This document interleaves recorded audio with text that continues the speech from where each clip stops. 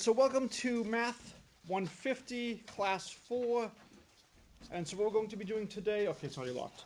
So what we're going to be doing today is equations of lines, equations of planes, talking about some applications, and then talking about some advanced material. So if I asked you to write down the 3 equations of a line in the plane, you should be able to get at least 2 of them right now.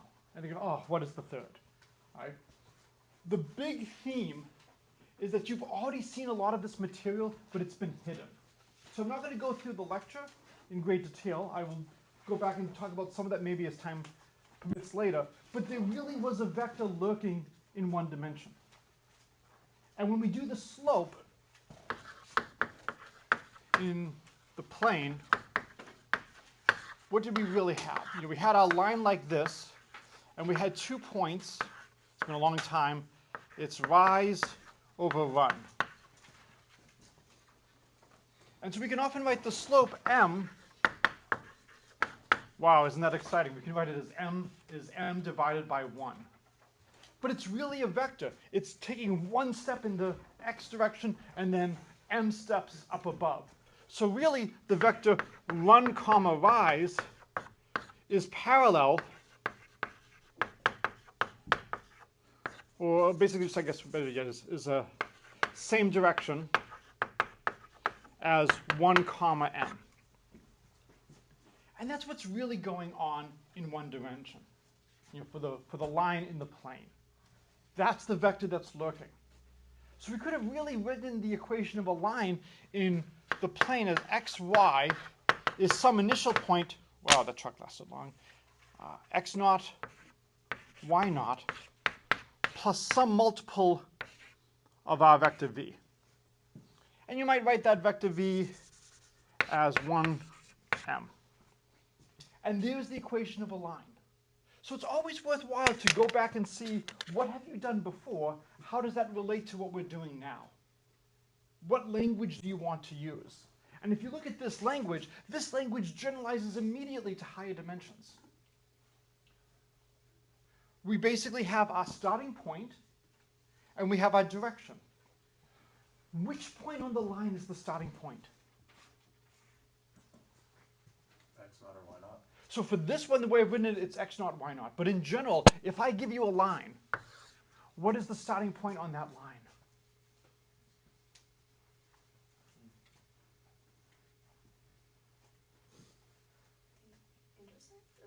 There is no starting point. There is no starting point. Well, I wouldn't say there is no starting point because we need a starting point for the equation.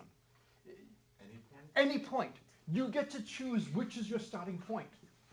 The equation of the line will look different depending on where you start. Is it the same line? Yes. And so this is a big point to realize, that depending on how we do the algebra, things will look differently. Let's take f of x is sine x cosine x. Does anybody remember how to take the derivative of this? This is a calculus class. We should probably do some calculus. Yes? You take the derivative of the first one times the second plus the derivative of the Good. So the derivative of sine is cosine. So we get cosine squared x. And then the derivative of cosine is minus sine. The way you remember that is one of the trig functions has a minus sign in it. Which one has the minus sign? Minus sign. Okay, that's how you remember. This is the second piece of chalk to break today. So we get minus sine squared x. So this is one way to calculate the derivative of this function. There's another way to calculate the derivative of the function. Does anybody know another way of writing f of x? Sine x cosine x. Who remembers their trig?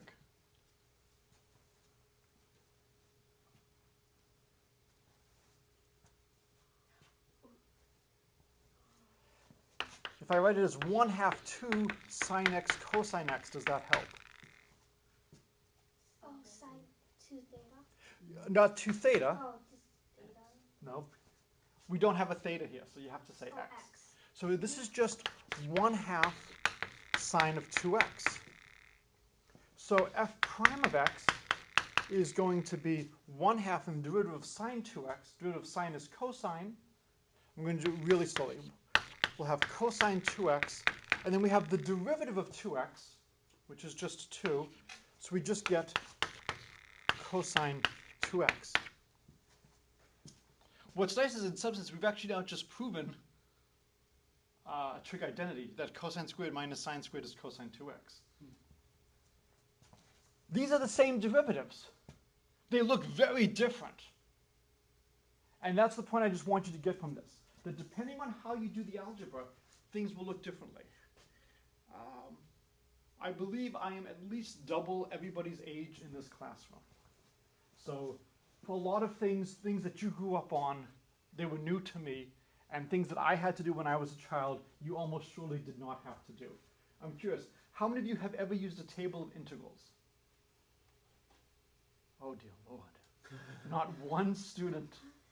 Wow. Okay, I think I might have told you, when I was young in college, we had two tables of integrals. The short one, the light one that we could carry in our backpacks, and the big monster in our dorm room. And when you have a table of integrals, the hardest part is that the function you want to use is often not in the table of integrals. And you have to massage it a little bit, you have to tweak it a little bit so it looks like something that's there. And you had to be pretty good on your algebra. One of the benefits for that is you become a little bit easier at seeing the connections. And so as you're going through all of this stuff, it's going to be quite likely that you will have different answers than I will for a lot of these problems, because there's more than one way to do it. Why don't they use table of integrals anymore? 21st century electronics. You know, the internet is so prevalent that you have all these online databases. A lot of the tables of integrals are online now, and you can actually just use them. But paper cost money. And because paper cost money,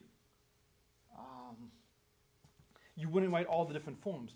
But if it's electronic now, you can actually store a lot more different things. So why don't they still do that? They're so helpful in letting us see the connections. Above my pay grade. And so a lot of it comes down to trying to, I think, keep people excited and interested. I do think there's a benefit for knowing how to use these tables of integrals and whatnot. Have I talked to you about Babylonian mathematics? Let's do Babylonian mathematics. All right. What base did the Babylonians like? Who knows the ancient history? Square. Nope. 10 or 6. No, say what? I said 10 or 6. Combine them. 60. 60. The Babylonians loved base 60. This is why we have 360 degrees in a circle. This is why we have 60 seconds and 60 minutes. 60 splits nicely. It's a multiple of 1. Oh, no big deal. 2, 3, 4, 5, 6, not 7, not 8, not 9, but 10, 12, 15. Lots of things. You can divide 60 evenly many different ways. Now, if you have to learn your multiplication tables, which I assume you all know, how many of you can do your 13s? Okay, 12s, 11s, 10s. Every hand should be up on the 10s, okay? You can't do the 10s, you can't do, we have an issue, okay? No. How many multiplications do you have to learn for the 10s? One multiplication. So you memorize this one, and you can multiply any one-digit number by any other one-digit number. How many multiplications do we need to know to do the tens table? No, the tens, I mean everything up to 10. Everything up to 10. Oh, So you have to be able to do 9 times 8 and 4 times 7.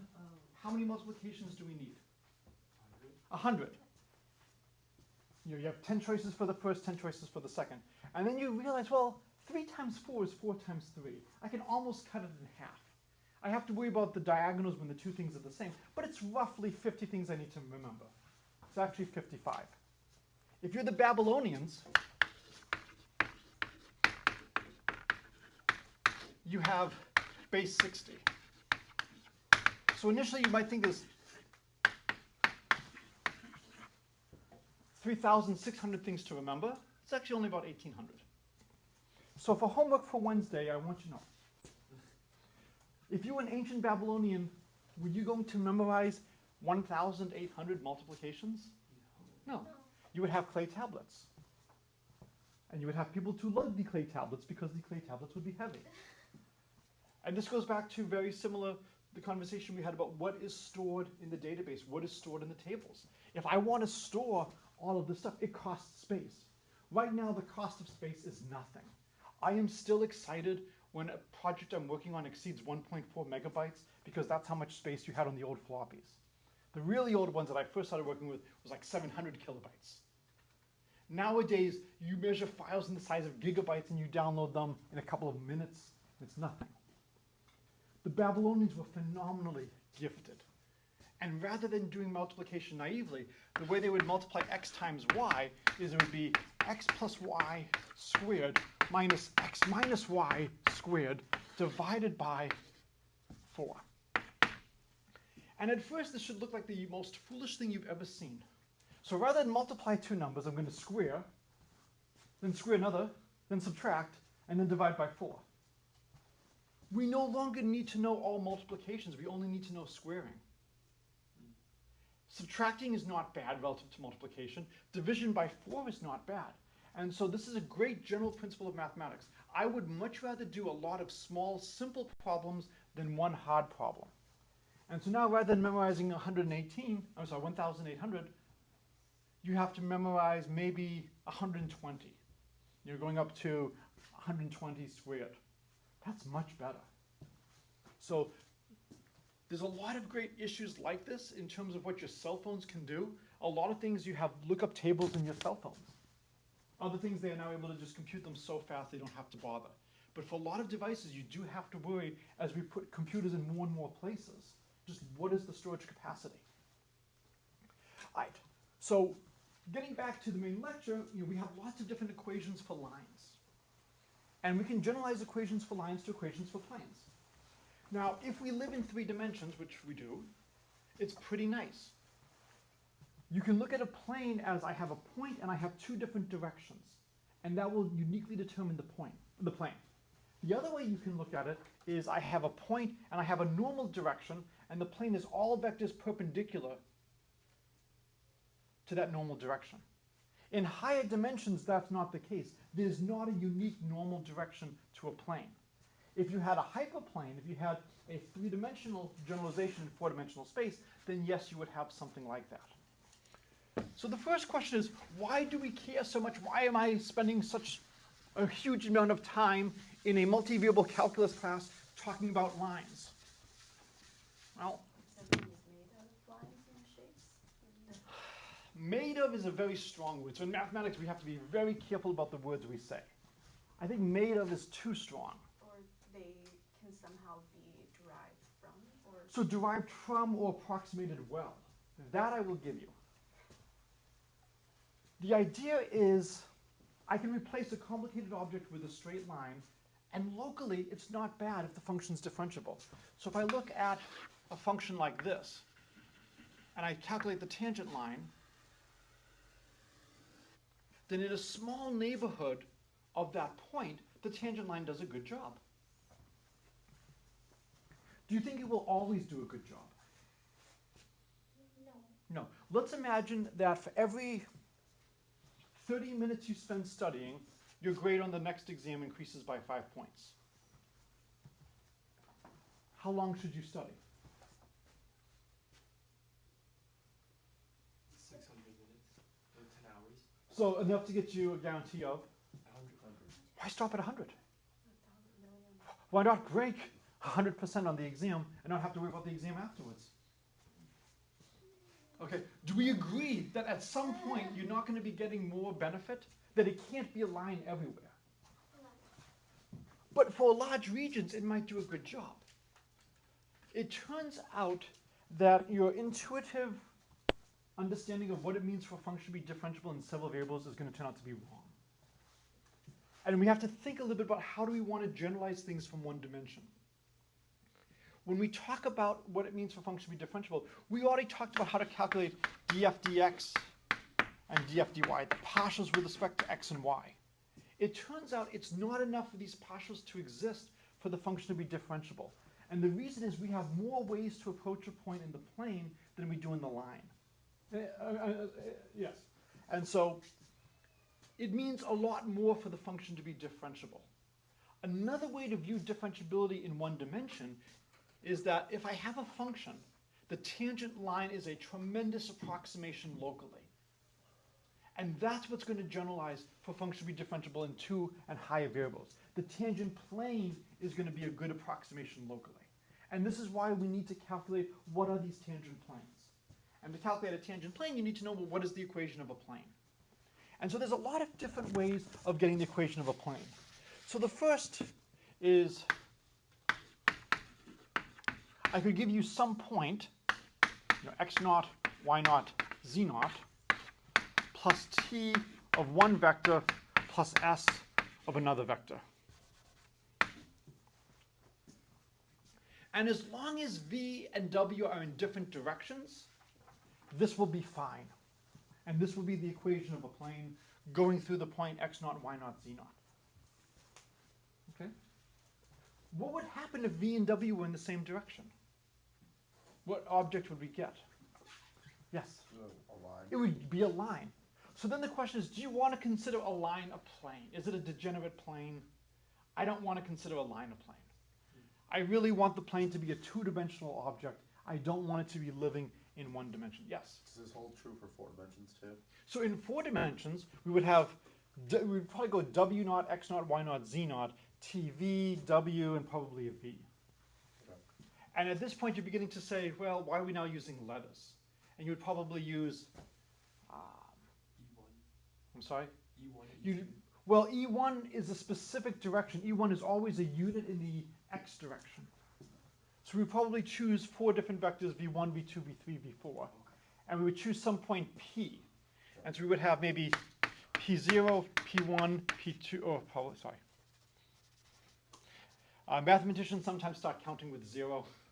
We should do p1, p2, p3, p4 if we're in 4-dimensional space, plus t1, v1, plus t2, v2, plus t3, v3, plus t4, v4. And so on. And so on and so on, exactly. And so, except I probably did one too many. Yes.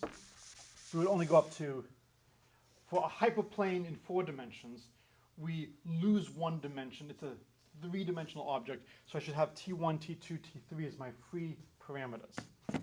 So you choose t1, t2, t3. If I replaced v1 with twice v1, would it still be the same plane physically?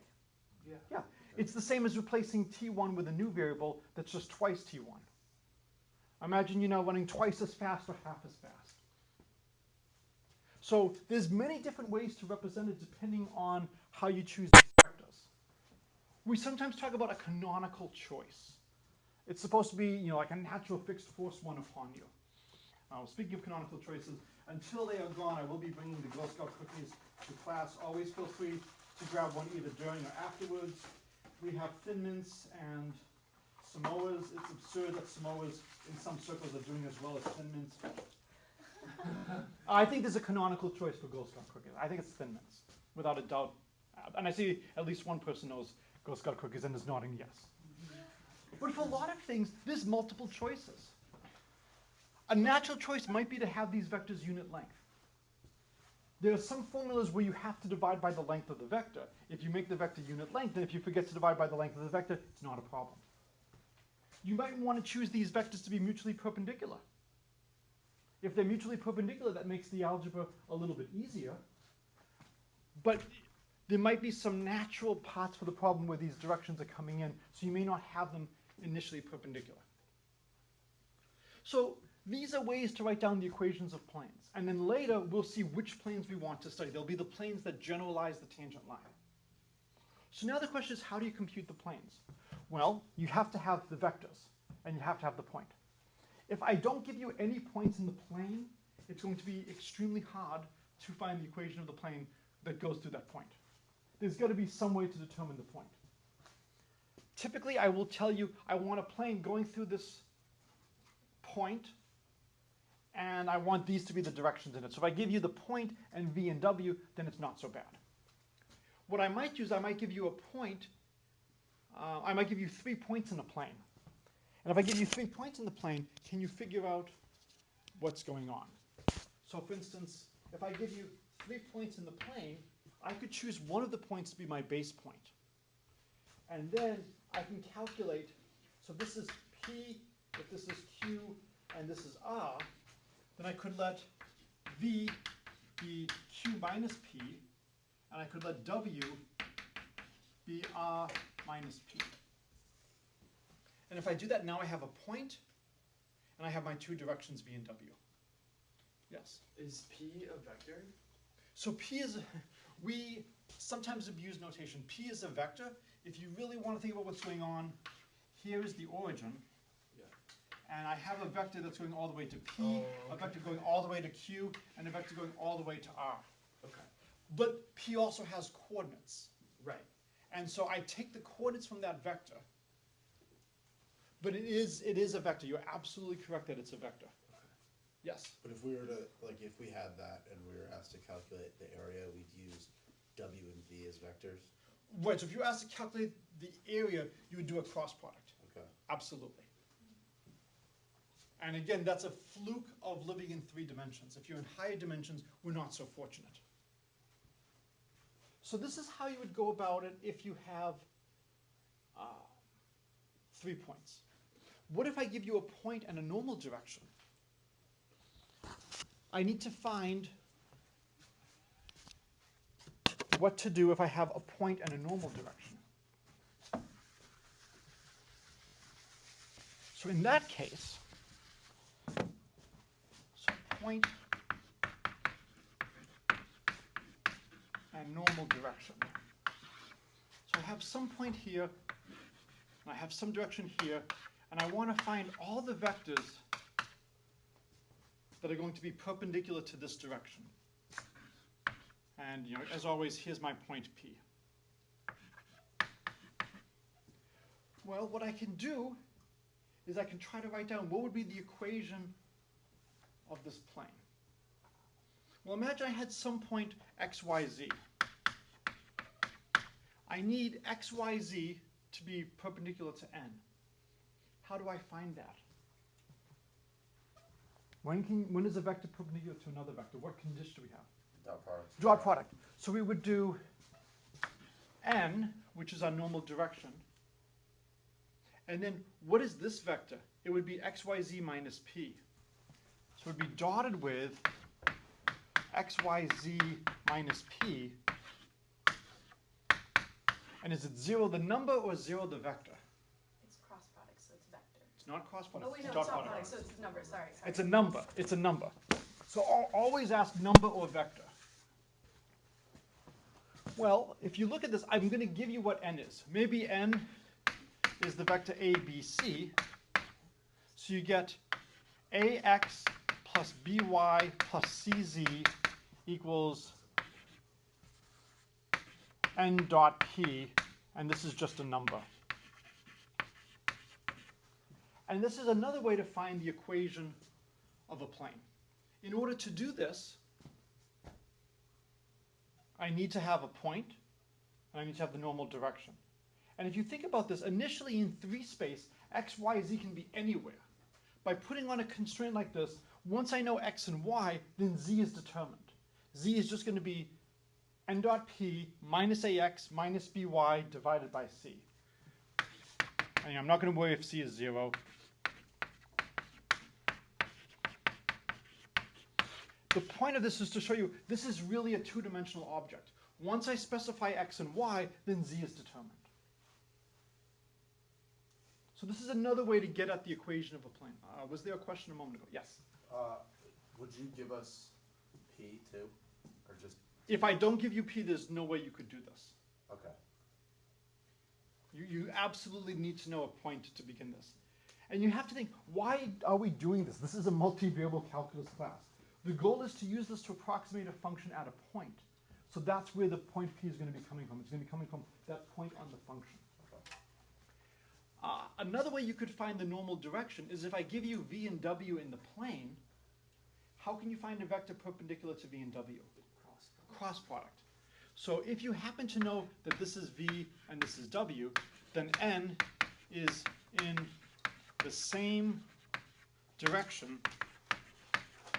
as v cross w. So all the different stuff we have, all comes together. There's many different ways of getting to the result. It all comes down to which information do you have.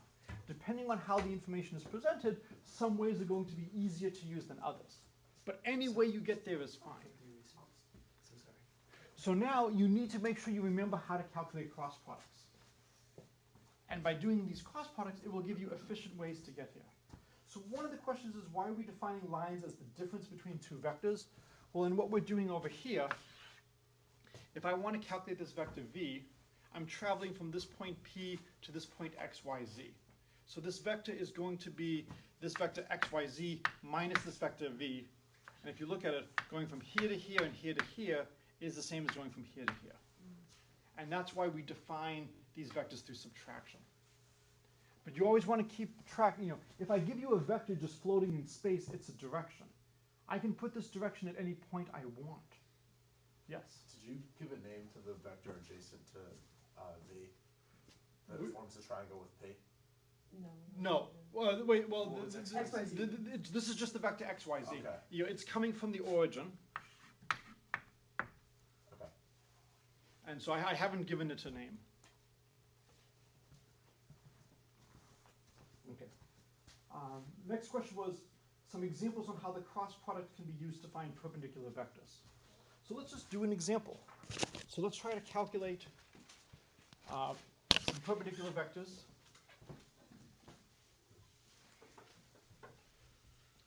My feeling is it is better to do simpler algebra on the board and minimize the chance of an algebraic error than to do more elaborate ones and problems that do not matter.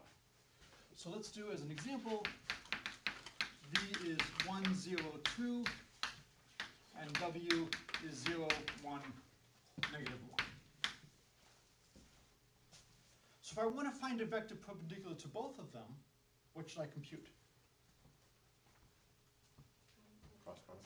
One is the cross product. So if I look at V cross W, this is I, J, K, 1, 0, 2, 0, 1, negative 1. You can remember the cross product formula, or you can just write the first two columns again. I have so many things I need to remember, I will just write down the formula like this. And now, we're going to have I hat times 0, right? J hat times 0, K hat times 1. And then this way, 0 times K, 1 times 2 times I, so it's going to be a minus 2, because this direction we do minuses. Minus 2 times I hat. And then the last one is going to be a plus J hat. So it's going to be minus 2, 1, 1. It is unacceptable in this class to do many things. What's one thing that's unacceptable? Like the Yankees. Liking the Yankees. Thank you. So email me for extra credit. Right? Forgetting to write the word area when you talk about fundamental theorem of calculus, unacceptable.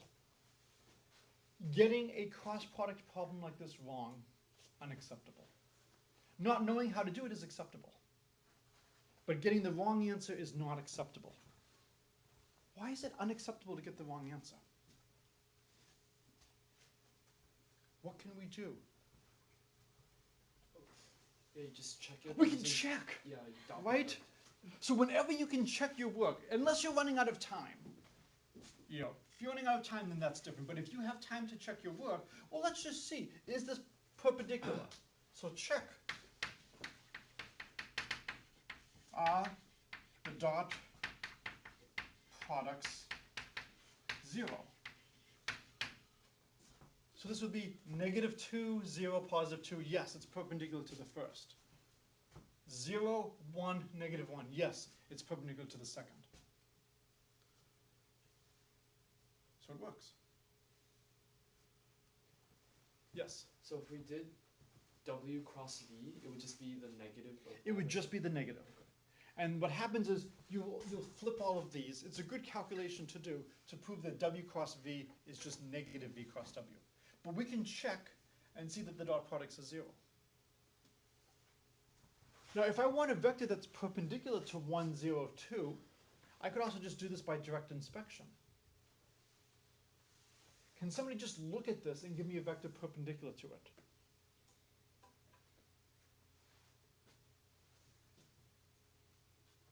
1, 0, 1. Yeah. Note it's perpendicular to -1. Wait, what did you say? 0, 1. Not -1. Negative 1, 0, 0. Or negative 1, 0, 1/2. 1/2. So you can often just visually look at things and see something, because if I take the dot product, I'll get -1, 0, 1. So that would have a dot product of 0. But if I now tried that with this one, I would get 0, 0, -1/2. So this doesn't work. What you might notice, and then this is going down the rabbit hole, is, well, what if I put a little free variable here, y? I can put anything I want there. And any choice of y, it's still going to be perpendicular to this. And then I choose a value of y that makes it perpendicular to that. You could do this. More generally, you could make an argument like this work. The cross product is easier and faster, but I just want to show you that there's multiple ways of doing problems like this. So all you have to do is calculate these products. Not so bad. All right. So we've talked about how to calculate the equations of a plane. We've talked about the value of the cross product. Any other questions on the math content for today? So we're still basically just redoing stuff you've done years ago in algebra classes. We're doing it now at a higher language. We're doing it in more dimensions. And the main thing is we're setting ourselves up for trying to approximate things later. How many of you have seen Newton's method? Okay. I will eventually give a lecture on Newton's method. I was torn between math and physics when I finally saw this in college. And then at that point onward, it was, I'll still do physics, but math was the love. I do not want to do Newton's method in a rushed way, but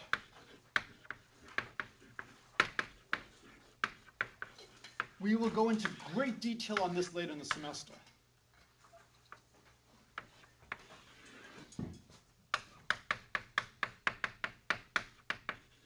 What are the roots to x squared minus 3 equals 0?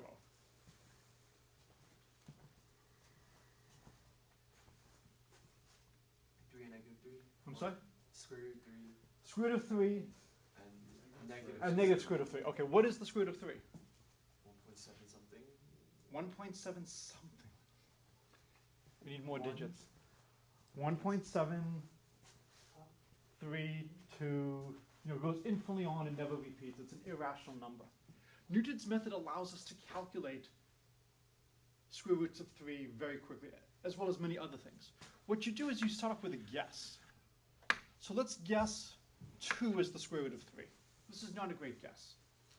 You draw the tangent line, and you say that the function is the same as the tangent line. That's bullshit, but it's not bad. And you look and see, where does the tangent line hit the x-axis? And that is your next guess for the square root of 3. Then you go up, and you do it again. And at this point, it should be extremely hard to see any difference. And so if you start off with your first guess is 2, your second guess, I believe, is 7/4, and your third guess is, I think, 97/56. It's been a while since I've done this. And we will see later that these are phenomenally close to the square root of 3. Yes? Is this how they calculated square roots with Yes. calculators? In fact, calculators might even still use this. Okay. It is such a fast algorithm. We will have a lecture on it. I don't want to rush through it now. It is worth just regaling at the beauty of just how powerful this is. It is far stronger than anything you would guess in terms of how well it works. But the goal here is to show you an application of the tangent line, of approximating the function locally, doing something, and then rather than repeating, doing it again and again and again, we get to something that's really great. It turns out that there are fractals lurking in the background here. And we will see some incredibly cool fractal videos later in the semester. It is a requirement, I think, that you have to have some kind of cheesy music playing in the background when you have these fractals and these zooms. And so if you want, we can hear the cheesy music that they choose to play for stuff like this. But it's worth taking a moment and talking a little bit about dimension. It is so easy to get caught up in doing things that you don't even understand why you're doing them, and you're making assumptions that you may not even be aware of. We've been talking about integral dimensions. You know, a line is one dimension, a plane is two dimension. We live in three-dimensional space. It's a little bit hard, but we can kind of imagine maybe a four-dimensional world. Can there be non-integer dimensions? How would you rigorously define a concept like dimension? And so in the video, I think I showed you the Pascal Triangle. It's on its side because that was just easier for me with doing the mathematical stuff. It's almost like Death Star or Spaceball 1, because it gets this incredible pattern. It is something that has a non-integer dimension. And so the question is, how do you define dimension in a rigorous mathematical manner?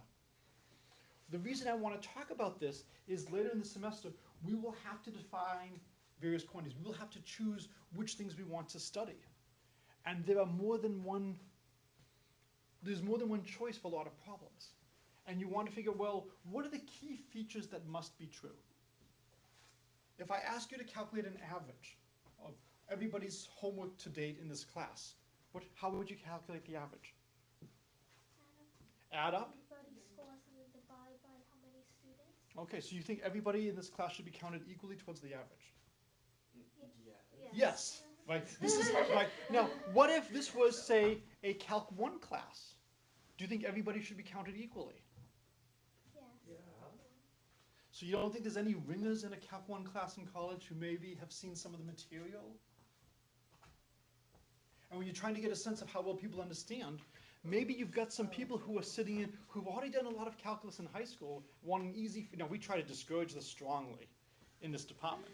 But there are schools where people do this to get an easy grade or to help make the adjustment to college. And then it's not necessarily fair to just count every score equally. Right? There are other types of averages you can use. And so later in the semester, we will talk about what properties do you want an average to have. And it turns out just adding the scores and dividing is not the only average you can use. There are other averages that will satisfy what you believe are acceptable properties. So one thing for dimension,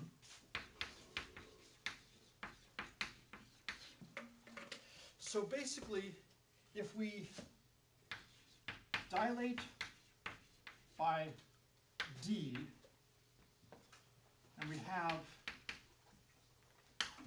c copies, oh wait, I don't want to dilate by d. I'll dilate by have c copies, and the dimension is d, then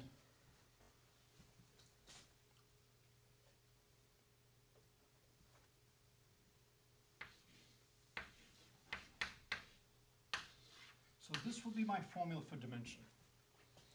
R to the d equals c. Let's think about it. If I have a line segment and I triple its length, how many line segments do I have now? 3. So in this case, I would say R equals 3, copies equals 3, D equals 1. Does this at least jive with your notion of dimension of a line segment? This is returning that a line segment has dimension 1. Let's look at what happens if we now start off with a square. And then if I triple everything, and this is about the level of my artistic ability. So now we have R equals 3. How many copies do we have? 9. We have 9 copies.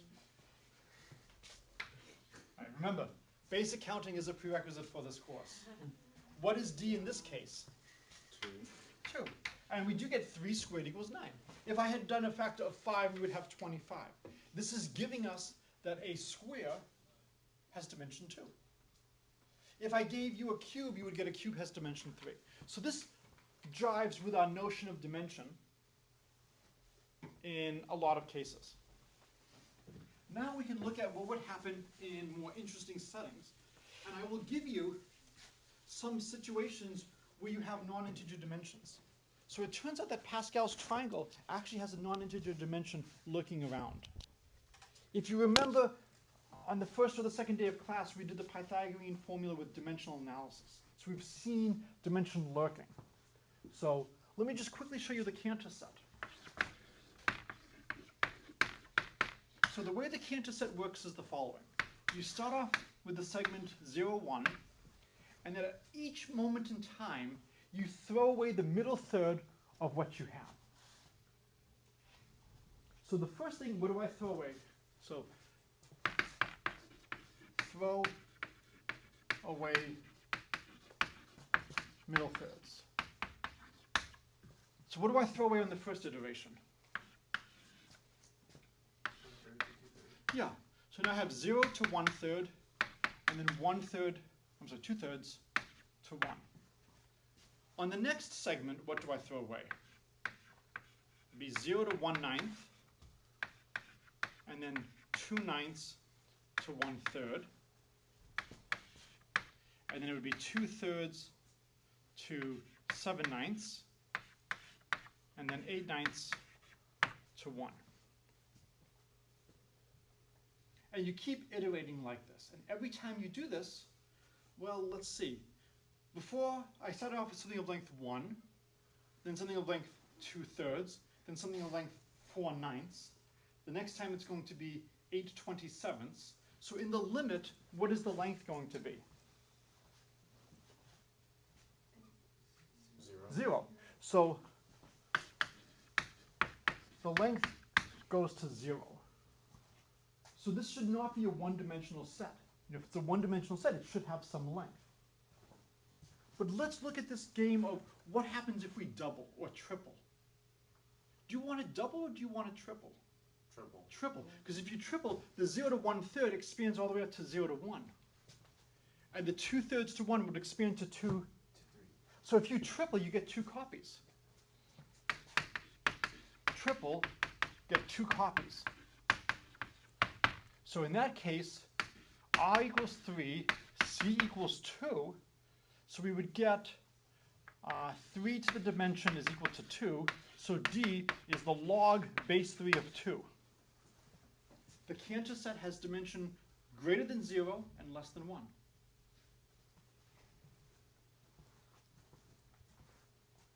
When you look at Pascal's triangle, you'll get something similar. Do you think Pascal's triangle has dimension greater than 1 or less than 1? Less than 1. Why less than 1? I'll just guess. So it depends a little bit on how we're writing things. So a good way to write what we're doing in Pascal's triangle is start off with an equilateral triangle. So start off with an equilateral triangle, and then we're always going to throw away the middle triangle. So we throw this away.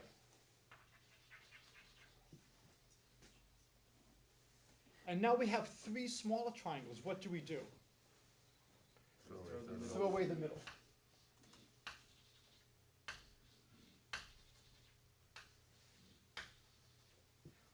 Do you think the area is going to go to 0? Well, what fraction of the area do we throw away each time? Fourth. So at every moment in time, we save 75% of the area to go from one level to the next. We start off with, say, 1 unit, then 3/4, then 9/16. Beyond that, I have trouble multiplying. So in the limit, what is the area? The area is going to 0. There's 3/4, 9/16, 27/64. But notice we always have the outside of the triangle. So if you wanted to calculate the perimeter, actually the perimeter is growing tremendously. If you look, after the first level, we added this segment here. Then we added this, and you can actually see the perimeter is going to infinity. Interesting. So this is going to be an object that has dimension greater than 1, but less than 2. And so let's play the game again. Do we want to double this? Do we want to triple this? What would we like to do? So if this is 0, 1/2, and 1, do you want to double things or triple things? Double. Because then the 0 to 1/2, this small little triangle here, when you double it, it goes out to this whole thing. So this small triangle down here is really equivalent to the whole thing when you double it. This one over here is equivalent to the whole one. This one is equivalent to the whole one. So if you double, you get 3 copies. So our formula is r to the d equals c. So 2 to the d equals 3. So the dimension is the log of 3 base 2. The log of 3 base 2 is greater than 1. And it's less than 2. What number has a log base 2 of 2? When I take the log base 2, I want to get 2. What number as input has a log base 2 that goes to 2? 4. So because this is less than the log base 2 of 4, which is 2, its dimension is less than 2.